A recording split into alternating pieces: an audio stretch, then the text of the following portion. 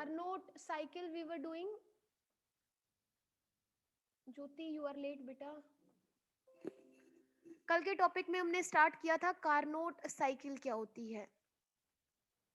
सो मैंने आपको बताया था कि सेडी कार्नोट एक साइंटिस्ट थे जिन्होंने हीट इंजन के वर्किंग को या ऑपरेशन को एक्सप्लेन करने के लिए या एक्सप्लेन किया था with the help of a cycle. क्योंकि आपको पता है जो हीट इंजन है, रेफ्रिजरेटर है, वो हमारे पास साइक्लिक प्रोसेस होता है, रिवर्सिबल प्रोसेस होते हैं. तो सेडी कार्नोट ने हीट इंजन के ऑपरेशन को एक्सप्लेन किया था with the help of a cycle. So later on that cycle of operation was known by his name, that is Carnot cycle. और जो heat engine था that was known as Carnot heat engine. मतलब जिस device के operation को उन्होंने explain किया था that device was later on known by his name Carnot, और वो हीट इंजन था so known as Carnot heat engine. ठीक है. और इस कार्नोट हीट इंजन को ही हैज एक्सप्लेन्ड या इसका ऑपरेशन ही has explained with the help of a cycle. So that cycle was known as Carnot cycle. Cycle क्यों बोल रहे हैं? बिकॉज जो हमारे पास डिफरेंट डिफरेंट कर्व्स उस दिन आए थे, आपने देखा होगा, तो वो एक रिवर्सिबल प्रोसेस था जो एक साइकिल, एक लूप फॉर्म कर रहा था. So that cycle was known as Carnot cycle and that engine was known as Carnot heat engine. तो ये हम उस दिन मैं आपके साथ डिस्कस कर चुकी थी कि कार्नोट साइकिल के अंदर हम वही लेंगे, तीन कंपोनेंट्स. सोर्स लेंगे हम, देन हम सिंक लेंगे, एंड देन हम लेंगे वर्किंग सब्सटेंस. तो मैंने ये तीनों आपको बता दिए थे कि जो सोर्स होगा उसका टेम्परेचर क्या होगा, हायर टेम्परेचर होगा T1, और ये हॉट रिजर्वॉयर ही होगा. जैसे कि अभी तक हमारे पास हमने हीट इंजन और उसमें आपके पास रेफ्रिजरेटर में देखा था, तो ये है एक हॉट रिजर्वॉयर. रिजर्वॉयर क्या है? Storage of heat. ठीक है, जो कि हीट कहाँ पे होगी, टेम्परेचर ज्यादा होगा. सिंक का टेम्परेचर T2 रहेगा और ये एक कोल्ड रिजर्वॉयर रहेगा. अब मैंने आपको ये भी बताया था कि आपके पास जो सोर्स होगा इसकी थर्मल एफिशिएंसी वो होगी इनफाइनाइट. अब थर्मल एफिशिएंसी इनफाइनाइट होने का मतलब is whatever amount of heat you are taking from the source, its temperature will remain fixed, temperature will remain constant. अब सिंक, कोल्ड रिजर्वॉयर, इसकी थर्मल कैपेसिटी भी क्या है, या thermal capacity, sorry not efficiency, thermal capacity. तो इसकी thermal capacity भी क्या होगी, इनफाइनाइट. तो सिंक में आप क्या करते हो, हीट जो है वो वर्किंग सब्सटेंस रिजेक्ट करता है. तो कितनी भी अमाउंट ऑफ हीट इसमें आती रहे, रिजेक्ट होती रहे, लेकिन इसका टेम्परेचर क्या रहेगा, T2 रहेगा, और वो फिक्स रहेगा, जो कि एक लोअर टेम्परेचर है. किससे? सोर्स के टेम्परेचर से. क्लियर? तो सोर्स का टेम्परेचर हायर, सिंक का टेम्परेचर लोअर. अब वर्किंग सब्सटेंस, आई होप आप लोगों को याद हो, यहाँ पे हमने एक सिलेंडर लिया था. इस सिलेंडर के अंदर जो इसकी साइड वॉल्स थी सिलेंडर की, वो नॉन कंडक्टिंग थी, आप देख रहे हो. और यहाँ पे हमने एक पिस्टन लगाया था, और ये पिस्टन की वॉल्स भी कैसी हैं, नॉन कंडक्टिंग है. और यहाँ पे वर्किंग सब्सटेंस हमने लिया था आइडियल गैस. तो वर्किंग सब्सटेंस हम क्या ले रहे हैं, 1 mole of an ideal gas. और इस 1 मोल ऑफ आइडियल गैस को हमने एक सिलेंडर के अंदर एनक्लोज किया है. और इस सिलेंडर की जो साइड वॉल्स हैं, देख रहे हो ये वाली वॉल्स, ये कैसी हैं, नॉन कंडक्टिंग है. मतलब इनमें से हीट बाहर नहीं जा सकती है. ये पिस्टन है, ये भी नॉन कंडक्टिंग पिस्टन है, फ्रिक्शनलेस पिस्टन है. तो इस सिलेंडर के अंदर हमने क्या किया है, वर्किंग सब्सटेंस जो कि एक आइडियल गैस है उसका 1 मोल हमने लिया है. लेकिन ये जो सिलेंडर आप देख रहे हो, इसका ये जो बेस, ये बेस कैसा है, कंडक्टिंग है. ठीक है बेटा. तो ये तीन चीजें हैं. इसको अगर हम थोड़ा सा और एक्सप्लेन कर दें, तो मैंने आपको उस दिन वैसे डायग्राम बना के शो कर दिया था, शायद जरूरत नहीं है, लेकिन जो बच्चे आज आए हैं उनके लिए मैं एक बार फटाफट से फिर से डायग्राम ड्रॉ कर देती हूँ. आपके पास सोर्स रहेगा, सिंक रहेगा, ठीक है, ये सिलेंडर रहेगा, एंड देन आपके पास होगा क्या, आपके पास जो ये हमने एक कंपोनेंट और लिया था इंसुलेटिंग पैड, ठीक है। तो फटाफट मैं ये डायग्राम आपके लिए बना रही हूँ, देखिए। ये आपके पास यहाँ पे क्या है, सोर्स, ये आपके पास है सिंक, और यहाँ पे आपके पास था इंसुलेटिंग पैड, और ये आपके पास था सिलेंडर, एनक्लोज्ड सिलेंडर।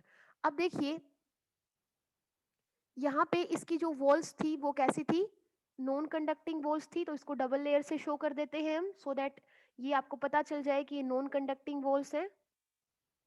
ऐसे सिलेंडर के अंदर नॉन कंडक्टिंग वॉल्स हैं, और ये हमने पिस्टन लगा दिया है, ठीक है।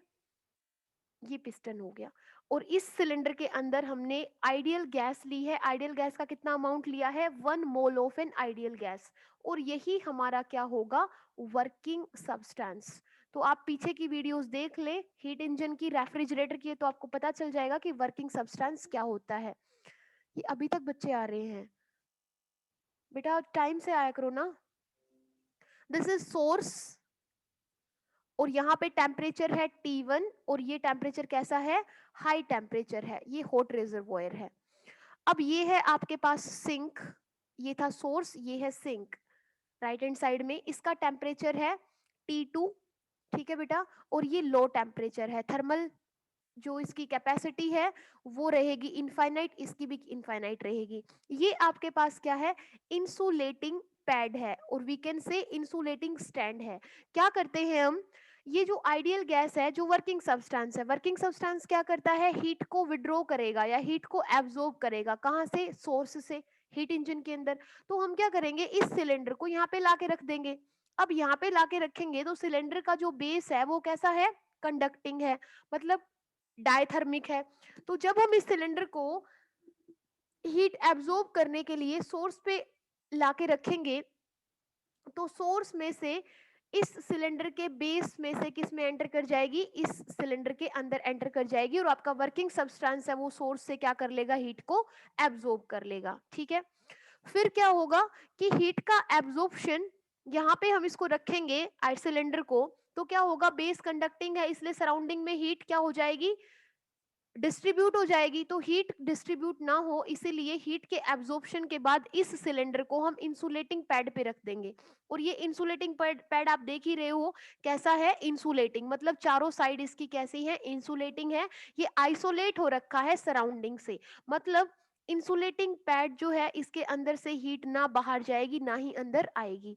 तो जब आप आइडियल सिलेंडर को इंसुलेटिंग पैड पे रखोगे तो जो ये आइडियल सिलेंडर का जो बेस है वो भी क्या हो जाएगा, सराउंडिंग से इंसुलेट हो जाएगा। क्लियर है। फिर आप क्या करोगे, इसने हीट क्या कर ली, एब्जॉर्ब कर ली, एब्जॉर्प्शन होने के बाद हीट को एब्जॉर्ब करेगा तो क्या होगा, ये जो गैस है उसके अंदर एक्सपेंशन होगा, ठीक है। अब एक्सपेंशन जितना होना था हो गया, फिर उसके बाद आपने इसको सिंक पे रख दिया। तो सिलेंडर का जो बेस है, कंडक्टिंग बेस, उसमें से जो कुछ हीट है वो इस सिलेंडर में से कहाँ ट्रांसफर कर जाएगी, सिंक के अंदर। जो हम जानते हैं, सपोज यहाँ से Q1 हीट ली है तो यहाँ पे Q2 हीट कहाँ रिजेक्ट होगी, सिंक के अंदर, through this conducting base of the cylinder. तो इसके लिए हम क्या कर रहे हैं, जब कंप्लीट हीट इसमें ट्रांसफर हो जाएगी फिर अगेन हम सिलेंडर को कहाँ रख देंगे, इंसुलेटिंग पैड पे या फिर इंसुलेटिंग स्टैंड पे। तो इस इंसुलेटिंग स्टैंड का काम क्या है, सिलेंडर को हम इसके ऊपर रखेंगे, फिक्स करेंगे, और ये क्या करेगा, इस सिलेंडर को कंप्लीट क्या कर देगा, आइसोलेट कर देगा, सो दैट सराउंडिंग में से ना हीट इसमें एंटर कर सके ना हीट यहाँ से सराउंडिंग में जा सके। क्लियर है। तो ये तो था कंस्ट्रक्शन, कंस्ट्रक्शन था, इसके सारे कंपोनेंट्स मैंने आपको बता दिए, वर्किंग सब्सटेंस मैंने आपको बता दिया है। नेक्स्ट चीज जो है वो ये कि थ्योरी, कार्नोट साइकिल की थ्योरी क्या होगी। तो कार्नोट जो साइकिल है इट कंसिस्ट ऑफ 4 स्टेजेस, मैंने आपको कल बताया था 4 स्टेजेस होंगे, वो कौन कौन से होंगे, आइसोथर्मल एक्सपेंशन, जब आप इसको यहाँ पे रखोगे सोर्स के ऊपर तो ये हीट को क्या करेगा, एब्जॉर्ब करेगा, और एब्जॉर्ब करेगा तो जो गैस है आइडियल गैस इसका क्या होगा, एक्सपेंशन होगा, लेकिन टेम्परेचर क्या रहेगा, कांस्टेंट। तो फर्स्ट जो प्रोसेस है दैट इज आइसोथर्मल एक्सपेंशन। तो एक प्रोसेस तो ये हो गया फर्स्ट स्टेज। सेकेंड स्टेज क्या होगा आपके पास, एडियाबैटिक एक्सपेंशन, कि सेकेंड टाइम में टेम्परेचर चेंज होगा लेकिन वॉल्यूम भी क्या करेगा, इंक्रीज करेगा। एडियाबैटिक है मतलब अब हीट का एक्सचेंज नहीं होगा, ठीक है। थर्ड प्रोसेस आइसोथर्मल एक्सपेंशन हो गया, एडियाबैटिक एक्सपेंशन हो गया।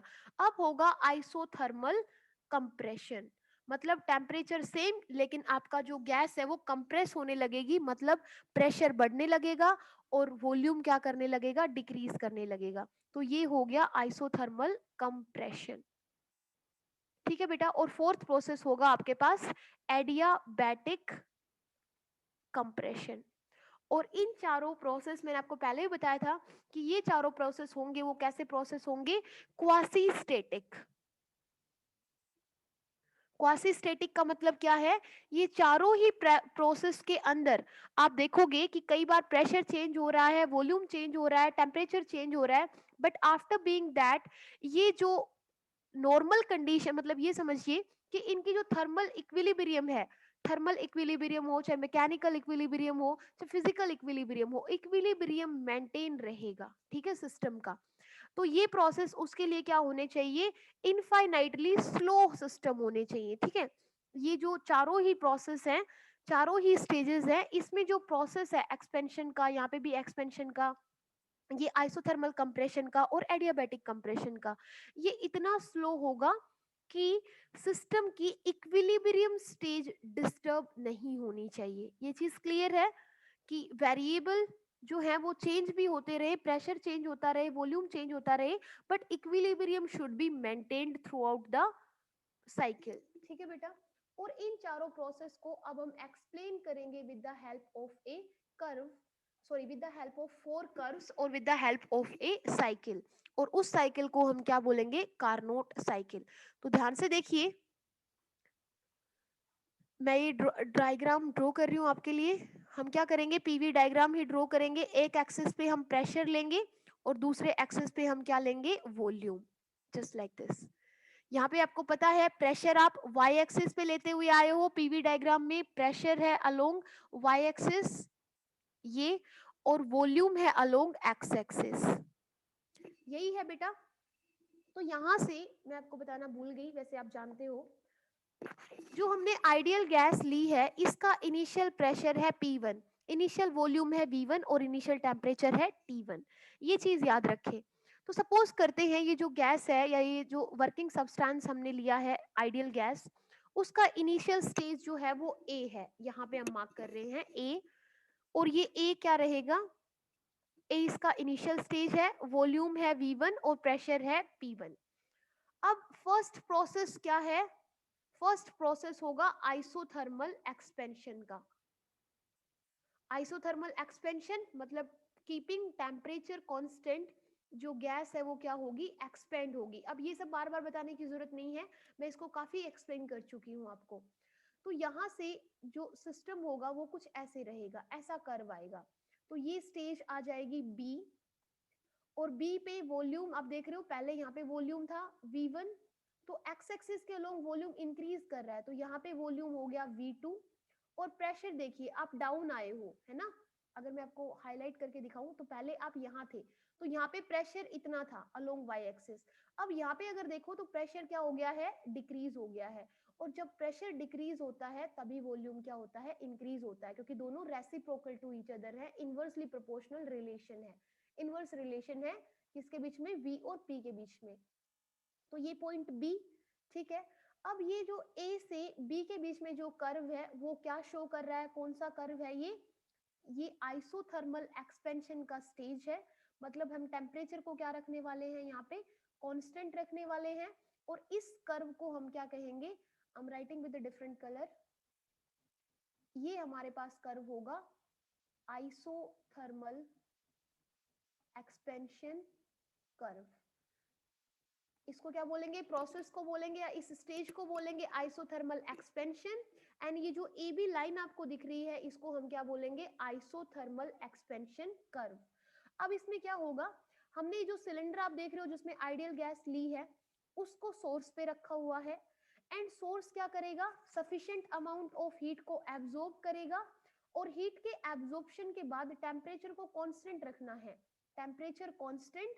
और उसके बाद ये जो गैस है ये धीरे धीरे क्या होने लगेगी, एक्सपेंशन होने लगेगा। अब गैस एक्सपेंड होगी तो आपको पता है अपवर्ड डायरेक्शन में इस पिस्टन के ऊपर फोर्स लगाएगी, फोर्स लगाएगी तो ये जो पिस्टन आप देख रहे हो ये स्लोली आउटवर्ड डायरेक्शन में क्या कर जाएगा, मूव कर जाएगा।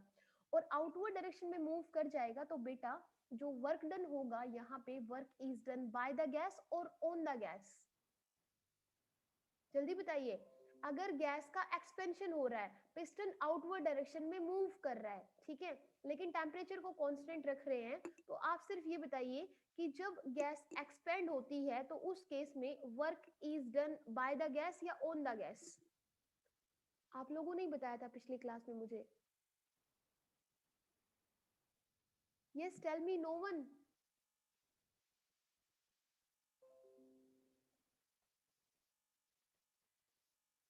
यस, कोई नहीं है, बाय द गैस। साक्षी और by the gas, by the gas D W कैसा रहेगा, पॉजिटिव या negative, amount of work done क्या रहेगा, पॉजिटिव रहेगा नेगेटिव रहेगा। साइन कन्वेंशन में बताया था मैंने आपको कि जब वर्क डन हो, sorry, by work is done by the gas, उस केस में आपके पास जो डब्ल्यू रहेगा वो क्या रहेगा, पॉजिटिव।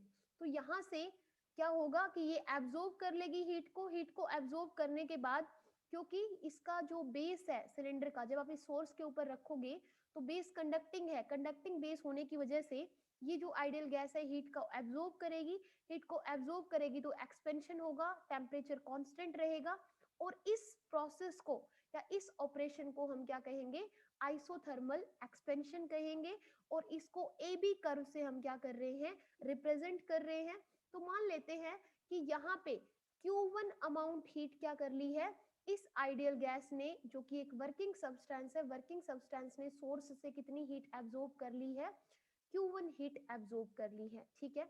और इस Q1 हीट को W1 अमाउंट में क्या कर दिया है, चेंज कर दिया है, amount of work done by the gas in expanding.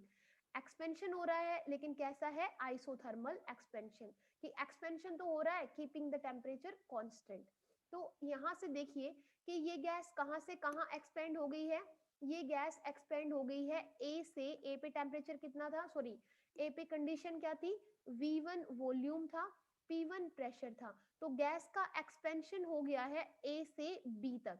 B पे कंडीशन क्या है, वॉल्यूम है V2 और प्रेशर है P2। और टेम्परेचर क्या रहेगा, कांस्टेंट रहेगा, T1 ही टेम्परेचर रहेगा जो कि सिंक का टेम्परेचर है, ठीक है बेटा। अब यहाँ से जो हमारे पास वर्क डन आएगा उसको हम कैसे रिप्रेजेंट करेंगे, तो देखिए मैं यहाँ से थोड़ा सा रिमूव कर रही हूँ सो दैट आपको वर्क डन समझा दूं। वर्क डन क्या आया था, जब आइसोथर्मल एक्सपेंशन था तो हमने वर्क डन निकाला था, work done for the isothermal expansion वो इक्वल था, जितना अमाउंट ऑफ हीट ली वो चेंज हो जाएगी किसमें, वर्क डन में, और ये इक्वल था वॉल्यूम कहां से कहां एक्सपेंड हो रहा है, V1 से V2, तो ये हो गया V1 से V2। और याद हो तो DW को हमने लिखा था PdV, और दोनों तरफ इंटीग्रेशन किया था तो ये DW बन गया था W, और ये क्या बन गया था, इंटीग्रेशन PdV। याद आया कुछ।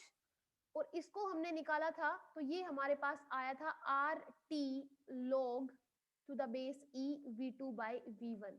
अगर नहीं याद हो तो मैं इसके लिए डेरिवेशन नहीं करा रही हूँ, जाके work done in isothermal expansion देख लेना, यही रिजल्ट आया था आपके पास। लेकिन हमारे पास यहाँ पे जो टेम्परेचर रहेगा वो क्या रहेगा, जो सोर्स का टेम्परेचर है T1। ये डेरिवेशन याद है ना सबको, इसका रिजल्ट। तो ये आपके पास मैंने रिजल्ट लिया है work done in isothermal expansion से, कि जब वॉल्यूम V1 से लेके V2 की तरफ एक्सपेंड करेगा, V1 से V2 में, तो उस केस में वर्क डन कितना होगा। तो वर्क डन आपको याद हो तो हमने लिखा था P इंटू DV, और P को चेंज किया था RT से, है ना, PV is equal to RT। तो यहाँ से P कितना आ गया था, RT बाई V, जाके देख लेना, ये सारी चीजें की थी हमने। तो यहाँ से आपके पास फर्स्ट केस में जो वर्क डन आया वो कितना आ गया बेटा, R T log to the base E V2 by V1। लेकिन आपको मैं समझाना ये चाहती हूँ कि यहाँ से ये देखिए, ये जो वर्क डन है ये वर्क डन किसके इक्वल आएगा, यहाँ से ये इक्वल आएगा, ए को ज्वाइन कर दीजिए वॉल्यूम एक्सिस के ऊपर, तो ये पॉइंट आ जाएगा आपके पास के, और बी को भी आप ज्वाइन कर दीजिए कहाँ पे, वॉल्यूम एक्सिस के ऊपर, और ये पॉइंट आ जाएगा आपके पास एम। तो ये जो वर्क डन आप देख रहे हो, ये वर्क डन W1 इक्वल होगा किसके, एरिया अंडर, कौन सा एरिया, ए बी एम के ए। ठीक है, वापस से यही आना है, तो ए बी एम के ए के इक्वल होगा कौन सा वर्क डन, W1, जो कि किसके अंडर हो रहा है, आइसोथर्मल एक्सपेंशन के। तो उसको लिख देते हैं area under A B M K A. किसी को कोई दिक्कत है तो बता दीजिए यहां तक, नो, चले आगे। ओके, नेक्स्ट है आपके पास, अब सेकंड प्रोसेस पे आते हैं। सेकंड प्रोसेस कौन सा है, सेकंड प्रोसेस है ये वाला। अब हम क्या करेंगे, बी से जाएंगे सी पे, यहाँ पे। तो सी पे आपके पास यहाँ पे प्रेशर था P2, अब वॉल्यूम आप देख रहे हो अगेन इंक्रीज कर रहा है, तो यहाँ से ए से बी, बी से सी, तो वॉल्यूम V2 से अभी भी इंक्रीज कर गया है V3 से, और प्रेशर रिड्यूस हो गया है P3 पे। ठीक है बेटा, तो ये जो प्रोसेस है, ये कौन सा प्रोसेस है, अब ये प्रोसेस है आपके पास एडियाबैटिक एक्सपेंशन, क्योंकि आप देख रहे हो टेम्परेचर आपके पास चेंज होना हो, लेकिन वॉल्यूम क्या हो रहा है, इंक्रीज, प्रेशर क्या हो रहा है, रिड्यूस हो रहा है, लेकिन ये एक्सपेंशन कैसा रहेगा, एडियाबैटिक एक्सपेंशन रहेगा। इस केस में आप क्या करोगे, सिलेंडर जो आपने कहाँ पे रखा हुआ था, सोर्स पे रखा हुआ था, अब उस सोर्स से सिलेंडर को उठा के आप कहाँ रखोगे, इंसुलेटिंग पैड पे रख दोगे। ठीक है, अब क्या होगा कि जितनी भी अमाउंट ऑफ हीट इसने ली इंसुलेटिंग पैड पे रखने के बाद, वो क्या होगी, एक तरह से वो हीट जो है वो सिस्टम के अंदर ही रहेगी, क्योंकि पूरा ये जो सिलेंडर प्लस इंसुलेटिंग पैड कैसा बन गया है, नॉन कंडक्टिंग सिस्टम बन गया है। मतलब हीट ना सिस्टम से बाहर जा रही है ना सिस्टम से अंदर आ रही है, तो होगा क्या, हीट तो इसके अंदर है, तो उस हीट की वजह से ये जो गैस है वो एक्सपेंड होगी B2 से B से C तक। ठीक है, और B पे जो कंडीशन है वो क्या है, वॉल्यूम है V2, प्रेशर है P2। तो अब हीट इस इंसुलेटिंग पैड पे रख दोगे, तो हीट का एब्जॉर्प्शन हो रखा है Q1 अमाउंट ऑफ हीट, जब यहाँ से सोर्स से उठा के उसको इंसुलेटिंग पैड पे रख दोगे सिलेंडर को, तो ये जो आपका, ये देखिए एक्सपेंशन होगा इस गैस का B से C पॉइंट तक। तो B से C क्या शो कर रहा है कि B पे ये वेरिएबल्स थे, वॉल्यूम था V2 और प्रेशर था P2। तो C पॉइंट पे हम गए तो वॉल्यूम है V3 और प्रेशर है P3। तो ये जो गैस है सब तरह से कहाँ है, ऑल साइड से इंसुलेट की हुई है। सो अब आप देखिए इसका कंटिन्यूअसली एक्सपेंशन हो रहा है। ठीक है, तो कंटिन्यूअसली एक्सपेंशन हो रहा है, तो क्या होगा कि यहाँ से जो टेम्परेचर है वो डाउन हो जाएगा, कितना, T2 टेम्परेचर आ जाएगा, इसका फॉल कर जाएगा, क्योंकि एक्सपेंशन में टेम्परेचर रिड्यूस होता है। तो पहले टेम्परेचर था T1, लेकिन जब हमने इंसुलेटिंग पैड पे रखा, तो इंसुलेटिंग पैड पे रखने के बाद ये सिस्टम जो है पूरा आइसोलेट हो गया है, ना सराउंडिंग में हीट जा रही है ना सराउंडिंग से हीट इसमें एंटर कर रही है। तो अब जितनी भी अमाउंट ऑफ हीट इसके अंदर है, उससे ये गैस क्या हो जाएगी, एक्सपेंड करेगी from B to C, volume V2 to V3, and pressure reduce हो जाएगा P2 से P3, और इसका टेम्परेचर फॉल हो जाएगा T2 तक। तो जो एक्सपेंशन है वो कैसा एक्सपेंशन है, एडियाबैटिक एक्सपेंशन है, कि हीट जो है वो सिस्टम से अब सराउंडिंग में नहीं जा रही है और सराउंडिंग से सिस्टम के अंदर नहीं आ रही है। तो प्रोसेस हो गया एडियाबैटिक एक्सपेंशन, और बी से सी कर्व को हम क्या बोलेंगे, एडियाबैटिक एक्सपेंशन कर्व। देखिए यहाँ पे लिखने की स्पेस नहीं है, so I am not writing, but इस कर्व को क्या बोलेंगे, एडियाबैटिक एक्सपेंशन कर्व, जो कि किस, कौन सा रिप्रेजेंट कर रहा है, लाइन बी से रिप्रेजेंट कर रही है। ठीक है, कोई दिक्कत यहाँ तक। अब क्या होगा कि यहाँ पे जो एक्सपेंशन है, तो again work is done by the gas, लेकिन अभी कितना वर्क डन होगा, अभी यहाँ पे जो वर्क डन होगा वो W2 वर्क डन हम लिखेंगे उसको। और ये W2 वर्क डन कैसे लिखेंगे, देखिए W2 वर्क डन है, और ये इक्वल होगा किसके, क्योंकि एक्सपेंशन है तो वॉल्यूम V2 से V3 पे क्या कर रहा है, एक्सपेंड कर रहा है। और याद हो तो हमने इसको लिखा था PdV। ठीक है, और ये इक्वल होगा किसके, जैसे हमने यहाँ पे लिखा है, तो ये हो जाएगा R T2 माइनस T1, क्योंकि टेम्परेचर फॉल हो गया है। ठीक है, पहले इनिशियल में T1 था, फाइनल टेम्परेचर क्या है, T2। तो याद हो तो हम यहाँ पे डेल्टा T लिखते थे, तो डेल्टा T का मतलब क्या है, final temperature minus initial temperature. तो अभी टेम्परेचर कितना आ गया है, फॉल होके T2 हो गया है, तो T2 माइनस इनिशियल में यहाँ पे टेम्परेचर कितना था B तक, यहाँ पे टेम्परेचर था T1, तो फाइनल माइनस इनिशियल और डिवाइडेड बाय 1 माइनस गामा। ये भी हमने work done in adiabatic expansion के अंदर इसके लिए डेरिवेशन किया हुआ है। अब ये वर्क डन किसके इक्वल होगा, ये भी किसी ना किसी एरिया के इक्वल होगा। तो वो एरिया हम कैसे निकाल सकते हैं, देखिए वो एरिया आप ऐसे निकालोगे कि हम डिफरेंट कलर ले लेते हैं यहाँ पे कोई, ये वाला। अब बी से ये पॉइंट है बी वाला और सी पॉइंट ये है, इसको अगर हम एक्स एक्सिस पे ज्वाइन कर दे तो यहाँ पे पॉइंट आ जाएगा एन।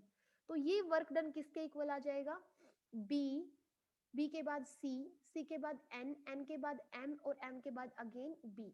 तो ये वर्क डन आ जाएगा एरिया, किस एरिया के equal, B C N M B. ये चीज क्लियर, दोनों वर्क डन के अंडर जो एरियाज थे वो हमने निकाल लिए। कोई दिक्कत बेटा, चले आगे, किसी को कोई दिक्कत है तो पूछ लीजिए यहाँ तक, क्योंकि नहीं समझ आया तो फिर नहीं आएगा, लेकिन आप डेफिनेटली घर में जाके एक बार बुक में से रीड करोगे तो ये सब समझ आ जाएगा आपको। देन है आपके पास थर्ड प्रोसेस, और थर्ड प्रोसेस क्या होगा, अब कंप्रेशन का प्रोसेस होगा। और जहां पे आप अपना देख रहे हो ये जो गैस है एक्सपेंड होके बी से सी तक वॉल्यूम V3 तक पहुंच गई है, अब इसका कंप्रेशन होना शुरू हो जाएगा और जो ग्राफ आएगा वो कुछ ऐसे आएगा, ठीक है, ये ऐसे। तो इसको हम ऐसे शो कर देंगे और ये पॉइंट है डी पॉइंट, ठीक है। और डी के बाद आप देख रहे हो ये वापस इनिशियल कंडीशन में आ जाएगा हमारा ग्राफ ऐसे, डी से वापस ए। तो पहले हमें डिस्कस करना है सी से डी को। तो सी से डी वाला जो ग्राफ है या कर्व है वो किसको रिप्रेजेंट कर रहा है, आइसोथर्मल कंप्रेशन को। ये प्रोसेस कौन सा है या स्टेज कौन सा है, आप देख रहे हो वॉल्यूम अब V3 से V4 तक चला जाएगा, लेकिन अब हम रिवर्स आ रहे हैं, टूवर्ड्स द ओरिजिन आ रहे हैं, तो यहाँ पे वॉल्यूम कम हो रहा है। तो ये पॉइंट कौन सा है, जहाँ पे वॉल्यूम होगा V4 और प्रेशर होगा P4, ठीक है। वॉल्यूम कम होना, प्रेशर का इंक्रीज होना, कौन सा प्रोसेस है, कंप्रेशन। और ये कर्व किसको दिखाएगा, आइसोथर्मल कंप्रेशन कर्व बोलेंगे। प्रोसेस कौन सा रहेगा, आइसोथर्मल कंप्रेशन। अब क्या होगा, यहाँ पे इनिशियल में यहाँ पे कितनी हीट ली थी, Q1 हीट ली थी। अब हम क्या करेंगे कि सिलेंडर को इंसुलेटिंग पैड से हटा के, फर्स्ट प्रोसेस में सिलेंडर कहाँ पे रखा हुआ था, सोर्स पे।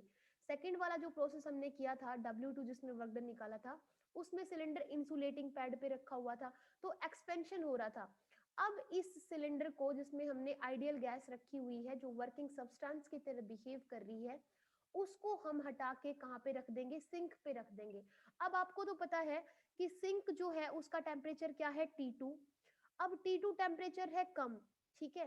तो अब ये गैस धीरे धीरे क्या होने लगेगी, कंप्रेस होने लगेगी, और कंप्रेस होने लगेगी तो ये जो पिस्टन आप देख रहे हो ये वाला, ये अंदर की तरफ स्लोली मूव होगा, ठीक है। और अंदर की तरफ स्लोली अगर ये मूव करेगा तो इसका मतलब this time work is done on the system या ऑन द गैस। तो यहाँ पे इसीलिए ये जो स्टेट है धीरे धीरे वॉल्यूम इसका डिक्रीज करने लगेगा, डिक्रीज करते करते जो फाइनल स्टेज है वो डी तक वॉल्यूम कितना रिड्यूस हो जाएगा, V3 से V4 तक आ जाएगा। लेकिन टेम्परेचर क्या रहेगा, सी पॉइंट पे टेम्परेचर कितना था, T2, और यहाँ पे भी टेम्परेचर क्या रहेगा, T2 ही रहेगा, ठीक है बेटा। तो यहाँ पे क्या होगा, अब हम W3 निकालेंगे। W3 निकालने के लिए हमें क्या करना पड़ेगा, सपोज यहां से थोड़ा सा इरेज कर देते हैं इसको, सोर्स को। यहाँ पे क्या होगा, जितनी अमाउंट ऑफ हीट यहाँ से ली थी, ठीक है, और जितनी एक्सपेंशन में चेंज हो चुकी है, जो रिमेनिंग अमाउंट ऑफ हीट बची है वो ये वर्किंग सब्सटेंस किस में रिजेक्ट कर देगा, इस सिंक में रिजेक्ट कर देगा। कितनी heat, Q2 amount of heat इसमें रिजेक्ट कर देगा, क्योंकि आपका जो आइडियल गैस है वो क्या हो रही है, कंप्रेस, मतलब वॉल्यूम कम हो रहा है। आपको पता है वॉल्यूम कम होगा तो मॉलिक्यूल्स के बीच में कोलिजन क्या होगा, इंक्रीज करेगा। कोलिजन इंक्रीज करेगा तो वहां पे क्या प्रोड्यूस होगी, हीट प्रोड्यूस होगी। लेकिन टेम्परेचर क्या रखना है, कांस्टेंट। तो जितनी भी हीट कंप्रेशन के प्रोसेस में इंक्रीज हुई है वो सारी की सारी उसने किस में रिजेक्ट कर दी, Q2 में। So that temperature C point पे भी T2 था और D पॉइंट पे भी कितना रहे, T2 रहे। तो यहाँ पे हम क्या लिखेंगे, थर्ड प्रोसेस आपका कौन सा है, आइसोथर्मल का है, और यहाँ पे हम W3 निकालेंगे और ये होगा कितनी हीट डाल दी इसमें, रिजेक्ट कर दी है सिंक के अंदर, Q2, और उसी को हम लिख रहे हैं W3, और ये इक्वल होगा किसके, वॉल्यूम कहां से कहां कंप्रेस हो गया है, V3 से V4, तो ये हो जाएगा V3 से V4 और ये रहेगा PdV, ठीक है। लेकिन अभी कंप्रेशन का प्रोसेस है, तो कंप्रेशन में जो आपके पास वर्क डन आएगा वो कैसा होता है, पॉजिटिव नहीं नेगेटिव होता है, तो यहाँ पे क्या आ जाएगा, माइनस साइन, और ये आपके पास सेम आएगा जो आया था R। अब यहाँ पे T1 नहीं रहेगा, क्या रहेगा, T2 log to the base E, volume क्या रहेगा, V4 बाय V3, क्योंकि पहले अपर लिमिट वाला वॉल्यूम लेते हैं फिर लोअर लिमिट वाला, तो ये रहेगा V4 बाय V3। किसी को डाउट है? और ये हमें देखना है कि ये जो वर्क डन है वो कौन से एरिया के इक्वल रहेगा। तो देखिए सिस्टम स्टार्ट हुआ था सी से एन, ठीक है, सॉरी सी से डी। अब ये जो डी के अलोंग जो पॉइंट है इसको अगर हम एक्स एक्सिस पे मिला दे तो इस पॉइंट को हम लिख देते हैं एल, तो ये होगा सी डी एल एन और अगेन सी, तो ये वर्क डन W3 इक्वल हो जाएगा किसके, सी डी एल एन और सी। अगर किसी को ना समझ आए हो तो पूछ लीजिए, लेकिन ये एरिया कैसा रहेगा बेटा, नेगेटिव रहेगा। कोई डाउट यहां तक? नो, आगे मूव ऑन करें।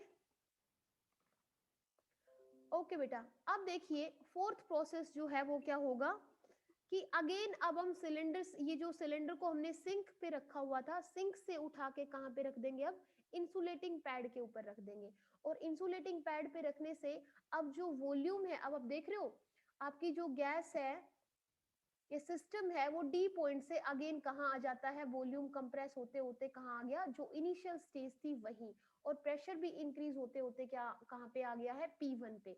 तो प्रेशर बढ़ रहा है, वॉल्यूम कम हो रहा है, तो इसका मतलब ये प्रोसेस भी कौन सा है, कंप्रेशन का प्रोसेस है, लेकिन कौन सा प्रोसेस है, एडियाबैटिक का, ठीक है। तो यहाँ पे अब हमने क्या किया, हमारे सिलेंडर को सिंक से उठा के कहाँ पे रख दिया, इंसुलेटिंग पैड पे रख दिया। इंसुलेटिंग पैड पे रखने के बाद भी क्या होगा, किसने सारी हीट जो है वो किसको रिजेक्ट कर दी है, सिंक में रिजेक्ट कर दी है, तो क्या होगा कि यहाँ पे अगेन कंप्रेस होती रहेगी हीट जो है, सॉरी सिस्टम जो है वो कंप्रेस होगा, पिस्टन डाउनवर्ड डायरेक्शन में आएगा। तो देखिए कंप्रेस होते होते जो गैस है या सिस्टम है वो कहाँ पहुंच गया है, अगेन जो इसके इनिशियल कंडीशन थी V1 वॉल्यूम वहां पहुंच गया है। तो यहाँ पे हम क्या लिखेंगे, यहाँ पे अगेन वही लिखेंगे, देखिए यहाँ पे टेम्परेचर कितना था, यहाँ तक टेम्परेचर था T2, लेकिन यहाँ पे टेम्परेचर कहाँ आ गया है, T1, क्योंकि कंप्रेस करने से अब हीट तो बाहर जा नहीं रही है, तो कंप्रेस होगा तो वॉल्यूम जो है वो डिक्रीज होगा, वॉल्यूम डिक्रीज होगा तो मॉलिक्यूल्स के बीच में कोलिजन इंक्रीज होगा, कोलिजन इंक्रीज होगा तो हीट प्रोड्यूस होगी, और हीट प्रोड्यूस होने से क्या होगा, टेम्परेचर इंक्रीज होगा। इसीलिए जब हम वापस ए वाली स्टेज पे आ गए हैं, इनिशियल स्टेज पे, तो टेम्परेचर इसका इंक्रीज होते होते कहाँ आ जाएगा, T1 पे, लेकिन सिस्टम कैसा रहेगा, प्रोसेस कैसा रहेगा, एडियाबैटिक, मतलब हीट ना बाहर जा सकती है ना अंदर आ सकती है। तो क्या करें, ये आपके पास आ जाएगा फोर्थ। यहाँ पे क्या करेंगे, वर्क डन के लिए देखिए हम क्या कर सकते हैं, कहीं से हमें रब करना होगा, इसको अब रब कर देते हैं, इसका कुछ काम नहीं है। कि अब आपके पास क्या रहेगा, W4, और W4 के लिए हम क्या लिख सकते हैं, ये आपके पास रहेगा V4 से वॉल्यूम कहाँ चला गया है, V1, तो ये हमने कर दिया V1, ये होगा माइनस PdV, क्योंकि कंप्रेशन है इसीलिए वर्क डन रहेगा नेगेटिव, और इसको हम क्या लिख सकते हैं, इसको हम लिख सकते हैं माइनस R।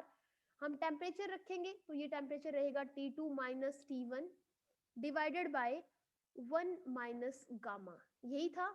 और ये किसके इक्वल हो जाएगा, अब देखो D से हम गए हैं A पे, तो D A से K से L और L से अगेन D, तो ये इक्वल हो जाएगा किसके, एरिया,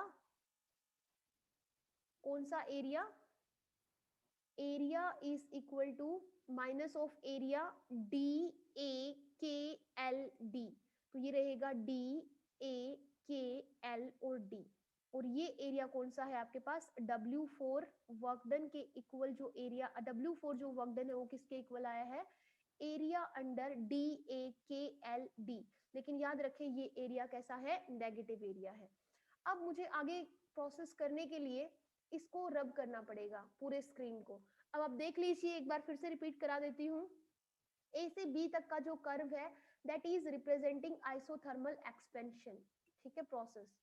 अब बी से सी तक का जो कर्व है, या बी से सी तक की जो लाइन है, BC line, it is representing the adiabatic expansion stage, जिसमें आपकी गैस क्या कर रही है, बी पॉइंट से सी पॉइंट तक देख रहे हो एक्सपेंड ही हो रहा है वॉल्यूम, और टेम्परेचर क्या ये सॉरी प्रेशर क्या हो रहा है, डिक्रीज। अब यहाँ से सी से डी तक अब ऑपोजिट डायरेक्शन में आ गए और रिवर्स डायरेक्शन में आ रहे हो, तो वॉल्यूम डिक्रीज हो रहा है, प्रेशर इंक्रीज हो रहा है। और डी से जब ए पे आए हो तो वही इनिशियल कंडीशन आ गई है जहां पे वॉल्यूम था V1 और प्रेशर था P1। तो ये एक रिवर्सिबल प्रोसेस है, इसीलिए हम इसको क्या कह रहे हैं कि ये एक साइकिल है। और इस साइकिल को क्या बोला है, कार्नोट साइकिल बोला है, जिसका प्रोसेस चार प्रोसेसेस या चार स्टेजेस से हमने क्या किया है, एक्सप्लेन किया है। और ये जो A B, B C, C D और डी ए, ये चार कर्व है, ठीक है, जो चार स्टेजेस को क्या कर रहे हैं, एक्सप्लेन कर रहे हैं। प्रोसेस जो है वो कैसे रहेंगे, चारों क्वासी स्टेटिक रहेंगे, सो दैट आपका जो सिस्टम है वो हमेशा किस में रहे, इक्विलिब्रियम में रहे, ठीक है बेटा। अब यहाँ से आप ये देखो, जो W1 है और आपके पास जो W4 है, सॉरी W1 और W3, ये देखिए ये दोनों प्रोसेसेस क्या है, एक तरह से सेम है ना, लेकिन यहाँ पे ये पॉजिटिव वर्क डन है, ये नेगेटिव वर्क डन है। तो आगे बस हम यही करने वाले हैं, इनको ध्यान से देख लीजिए। आगे हम निकालेंगे कि work done by the engine पर साइकिल, कि पर साइकिल के अंदर जो इंजन है वो कितना वर्क डन कर रहा है। तो एक साइकिल में वर्क डन कितना किया है, W1, दूसरे में कितना किया है, W2, तीसरे में कितना किया है, W3, और फोर्थ में कितना किया है, W4। और हर वर्क डन को हमने किसके इक्वल लिखा है, एरिया के इक्वल लिखा है। तो ये अब थोड़ा सा देखना पड़ेगा, हमें थोड़ा सा समझना है। नेक्स्ट आपके पास इसी इक्वेशन के अंदर क्या है, work done by the engine पर साइकिल, कि यहां से ए से बी तक एक साइकिल है, ठीक है, एक कर्व है जो किसको रिप्रेजेंट कर रहा है, आइसोथर्मल एक्सपेंशन को। तो यहाँ पे वर्क डन कितना हुआ था। अब अगर हम इस वर्क डन को दो प्रोसेस में डिवाइड कर ले, कि work done by the gas कब था और work done on the gas कब था, तो work done by the gas, अब बता सकते हो कौन कौन सा work done by the gas था। यहाँ पे ए से बी तक गैस का क्या हो रहा है, एक्सपेंशन, तो यहाँ पे work is done by the gas, और ये वर्क डन कौन सा था, W1। और बी से सी तक क्या था, एक्सपेंशन ही था, तो ये भी क्या होगा, W2 भी क्या था, work done by the gas, तो ये हो गया W1 प्लस W2। अब work done on the gas, अब ऑन द गैस थर्ड वाला स्टेप है और फोर्थ वाला स्टेप, दोनों में ही कंप्रेशन हो रहा है। कंप्रेशन हो रहा है मतलब work is done on the gas. तो यहाँ पे हम क्या दिखा सकते हैं, W3 plus W4, total work वो है जो किस पे हुआ है, ऑन द गैस। और W1 प्लस W2 वो वर्क डन है जो किस पे हुआ, किसने किया है, बाय द गैस। लेकिन हमें ये निकालना है कि net work done by the complete cycle वो कितना होगा, तो वो होगा W के इक्वल, और W क्या होगा, W1 प्लस W2। आपको पता है ये दोनों वर्क डन कैसे हैं, नेगेटिव, क्योंकि work is done on the gas, और जब ऑन द गैस होता है तो वर्क डन कैसा होता है, नेगेटिव। तो यहाँ से W3 और W4 को हम क्या लिख देते हैं, नेगेटिव, इसलिए देखिए मैंने माइनस साइन कॉमन ले लिया है, ठीक है। अब देखो W2 और W4 दोनों का मैग्नीट्यूड क्या है, इक्वल है। इक्वल कैसे है, कि यहाँ से हीट दी थी हमने Q1 हीट, और यहाँ से Q2 हीट उसने रिजेक्ट कर दी है। तो ये आइसोथर्मल एक्सपेंशन का कर्व है, और ये आइसोथर्मल कंप्रेशन है। तो दोनों में जो वर्क डन है W2 और W4, W2 और W4, एक मिनट, W2 ये है और W4 आपके पास ये है। तो ये दोनों में जो वर्क डन है वो क्या है, इक्वल है। अब आप देख लीजिए कि इन दोनों में वर्क डन इक्वल कैसे है। जब हमने पीडीवी निकाला है वो दोनों में सेम आ रहा है, तो W2 is equal to W4, तो आपके पास जो W है वो क्या बन जाएगा, यहाँ से W1 बनेगा प्लस W2 माइनस W3, और W4 तो किसके इक्वल है, W2 के इक्वल है, तो यहाँ से माइनस W2 कर देंगे तो ये दोनों क्या हो जाएंगे, कैंसिल आउट। तो नेट वर्क डन कितना आ जाएगा, W1 माइनस W3। देखिए मैं इसको इरेज कर चुकी हूँ पीछे वाले स्टेप को, आप देख लेना कि W2 और W4 दोनों क्या है, इक्वल है, क्योंकि W2 में हमने क्या लिखा था, ये आपके पास आया था W2 V3 सॉरी V2 से V3, और ये आपके पास आया था PdV, जिसको हमने लिखा था RT2 माइनस T1 अपॉन में 1 माइनस गामा, और W4 आपके पास आया था कि V4 से V1, और ये आया था माइनस PdV, और ये आपके पास आया था minus RT2 minus T1 divided by 1 minus gamma. तो आप देख रहे हो दोनों ही वर्क डन क्या है, इक्वल है, सिर्फ यहाँ पे एक्सपेंशन है, यहाँ पे कंप्रेशन है, ठीक है बेटा, इसीलिए साइन नेगेटिव आया है। तो इसलिए हमने जहाँ पे W2 था उसकी जगह क्या पुट किया, W4 पुट किया, और नेट वर्क डन कितना आ गया हमारे पास, नेट वर्क डन आ गया W is equal to W1 minus W3। यहाँ तक कोई दिक्कत है तो पूछ लीजिए। देखिए डेरिवेशन है लेकिन समझ आना चाहिए। अब देखिए हम क्या कर सकते हैं, हमें तो नेट वर्क डन निकालना है। अब नेट वर्क डन निकालना है तो नेट वर्क डन ये आ गया, लेकिन अगर हम नेट वर्क डन एरिया की टर्म्स में निकालें तो ये कितना आ जाएगा आपके पास, W1 कौन सा एरिया था, देखिए ABMKA यही था।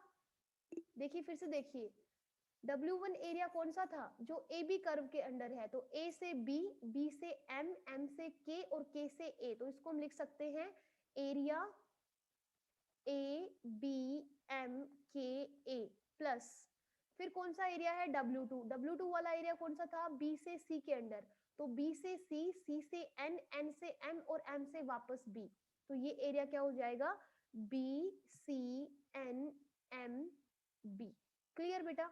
अब माइनस W3 माइनस W4, तो माइनस अगर W3 देखें तो W3 वाला एरिया कौन सा होगा, जो CD कर्व के अंडर आया होगा, तो C से D, D से L, L से N और N से वापस C, तो ये एरिया आ जाएगा area DL sorry CD, C है CDL N और वापस से C माइनस W4 मतलब C और A के बीच में एक कर्व के अंडर जो एरिया होगा वो, तो C से सॉरी D से A से K से L और L से अगेन L, तो मतलब ये वाला एरिया, ये एरिया होगा किसके कर्व, अंडर कर्व DA के। तो DA कर्व किसको रिप्रेजेंट कर रहा है, एडियाबैटिक कंप्रेशन को, तो इस एरिया को क्या लिखेंगे, DAKL और वापस से DAKL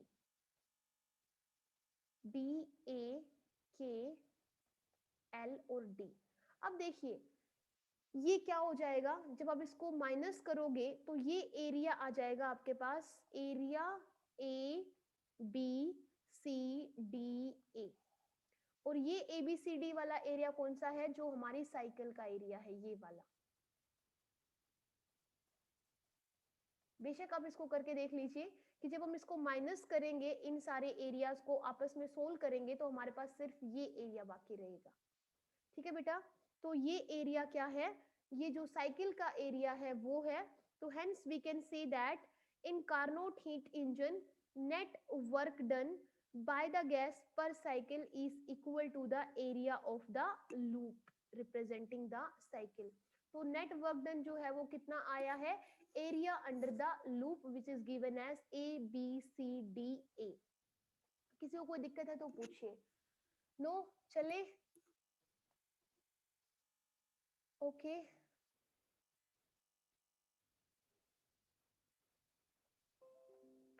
अब मुझे निकालनी है, ये क्लियर है, रब कर दूं इसको, इरेज कर दूं। अब लास्ट टॉपिक है उसको कर लेते हैं इसी में, efficiency of Carnot engine. Efficiency of Carnot engine क्या है, इसको हम डिवाइड करेंगे ईटा से, और ये एफिशिएंसी क्या होती है, ratio of net work done. तो नेट वर्क डन W निकाला था हमने, अभी निकाला था ना, W is equal to W1 minus, sorry ये हमारे पास आया था W1 माइनस W3, और इस W1 क्या है, यहाँ पे हीट थी Q1 और इसमें हीट क्या थी Q2, ये थी। तो net work done per cycle by the gas to the amount of heat absorbed per cycle, तो हर साइकिल में कितनी हीट एब्जॉर्ब हो रही थी, Q1 अमाउंट ऑफ हीट हो रही थी। तो इसको हम क्या लिख सकते हैं, Q W को क्या लिख सकते हैं, Q1 माइनस Q2, तो ये हो जाएगा Q1 माइनस Q2 अपॉन में Q1। अलग अलग डिवाइड करोगे तो ये बनेगा Q1 by Q1 minus Q2 by Q1, तो ये तो बन गया 1, तो ये हो गया 1 माइनस Q2 बाई Q1, और ये हो गया एफिशिएंसी। ठीक है, अब यहां से अगर हम ये निकाले कि ए से बी, याद कीजिए कर्व ए से बी किसको रिप्रेजेंट कर रहा था, आइसोथर्मल को। तो ए पे कंडीशन क्या थी, P1 V1, और बी पे कंडीशन क्या थी, P2 V2, यही थी। तो यहां से कैन आई राइट, आइसोथर्मल था तो P1 V1 is equal to P2 V2, ये है। इसी तरीके से बी से सी पे जब गए तो हम वहां से क्या लिख सकते हैं कि बी और सी कहाँ पे लाई कर रहे थे, सेम एडियाबैटिक पे लाई कर रहे थे, तो यहां से हम क्या लिख देंगे, P2V2 gamma is equal to P3V3 gamma, क्योंकि दोनों ही किसके ऊपर पॉइंट्स थे, एडियाबैटिक कर्व के ऊपर, एडियाबैटिक एक्सपेंशन। देन उसके बाद सी और डी कहाँ पे थे, आइसोथर्मल के ऊपर थे, तो यहाँ से क्या लिख सकते हैं, P3V3 is equal to P4V4। Clear. और लास्ट वाला जो कर्व था फाइनल डी से जब ए पे आए थे, तो डी पे जो पॉइंट्स था, आपका जो वॉल्यूम था वो कितना था, वो हमारे पास था, प्रेशर था P4, वॉल्यूम था V4, और डी से जब ए पे आए थे तो प्रेशर था P1 और वॉल्यूम था V1 गामा, इसको गामा लिखेंगे क्योंकि एडियाबैटिक था। अब ये आपको पता होना चाहिए कि आइसोथर्मल पे हम पीवी लिख रहे हैं और एडियाबैटिक पे हम पीवी गामा क्यों लिख रहे हैं, वो आप पीछे जाके रिवाइज कर लीजिए। अब हम क्या करें कि इन इक्वेशन को आपस में मल्टीप्लाई कर दे, दोनों साइड, लेफ्ट हैंड साइड और राइट हैंड साइड, तो क्या आएगा, लेफ्ट हैंड साइड तो ये रही और राइट हैंड साइड ये रही, तो क्या बनेगा, P1V1 यहां से बना P2V2 गामा, और ये है P3V3, और ये है P4V4 गामा, यही है बेटा। और यहाँ पे इस तरफ अगर आप मल्टीप्लाई करोगे तो क्या आएगा, P2V2, फिर P3V3 गामा, और फिर P4V4 गामा, सॉरी P4V4 क्योंकि ये रहा, और फिर है हमारे पास P1V1 गामा। क्लियर। तो देखो यहाँ से P1 P2 P3 P4, P2 P3 P4 और P1 तो कैंसिल हो जाएंगे। अब क्या रहा, V1 V2 gamma, V3 gamma और V4 गामा।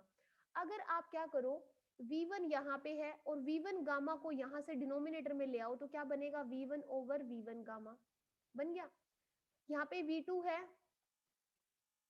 अब क्या करो, यहाँ पे V3 है, V2 गामा यहाँ है और यहाँ पे V2 है, तो V2 गामा को अगर आप लेफ्ट हैंड साइड ले जाओ तो ये क्या बनेगा, V2 ओवर V2 गामा।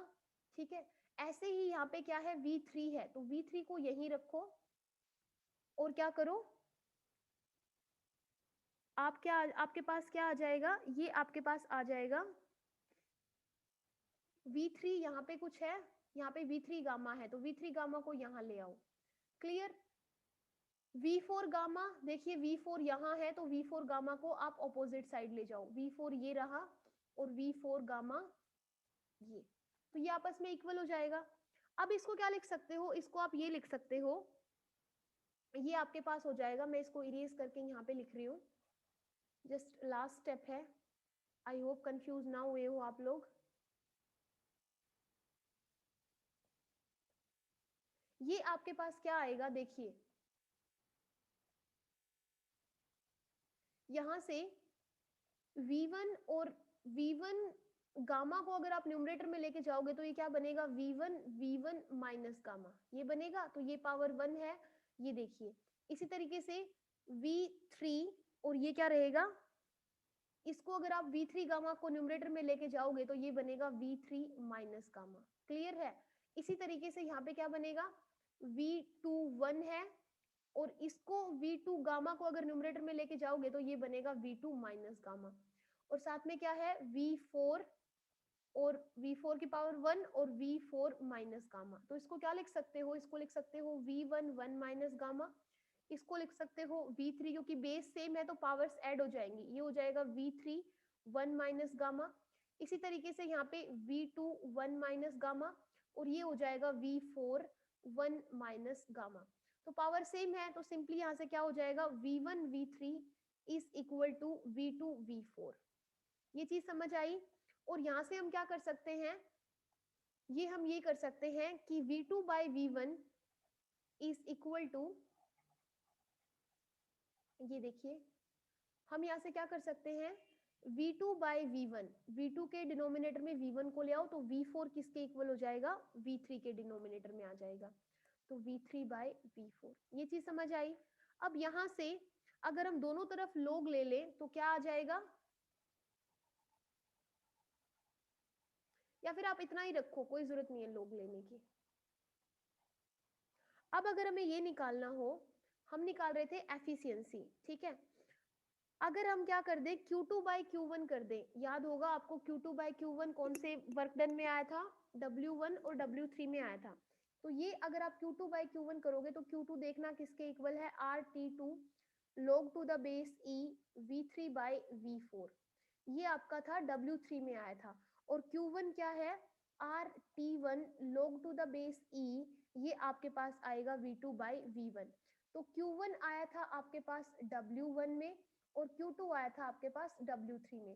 तो मतलब W3 को अगर W1 से अगर हम डिवाइड कर दे तो देखो R से R कैंसिल है, ये आपके पास कितना आएगा, ये आपके पास आ जाएगा कितना, सिंपली V3 बाई V4 है। इसको हम क्या पुट कर सकते हैं, इसको हम पुट कर सकते हैं यहाँ से, ये आपके पास आ जाएगा Q2 by Q1 is equal to T2 by T1, ठीक है, T2 बाई T1, क्योंकि ये दोनों वर्क डन तो क्या है, एक दूसरे के इक्वल एंड ऑपोजिट है। तो ये सिंपली आ जाएगा। बाकी आप एफिशिएंसी आपके पास आ चुका है, एफिशिएंसी को आप क्या लिख सकते हो, 1 माइनस ये आया था Q2 बाई Q1, और Q2 बाई Q1 को आप क्या पुट कर सकते हो, 1 माइनस T2 बाई T1। वैसे भी आप जानते हो क्योंकि Q2 था तो वहां पे टेम्परेचर कितना था T2, और Q1 था तो वहां पे टेम्परेचर कितना था T1। ठीक है बेटा, तो ये आज के लिए है। यहाँ पे आपके पास कार्नोट साइकिल जो है वो कंप्लीट हो गई है। अगर इसमें से आपको कुछ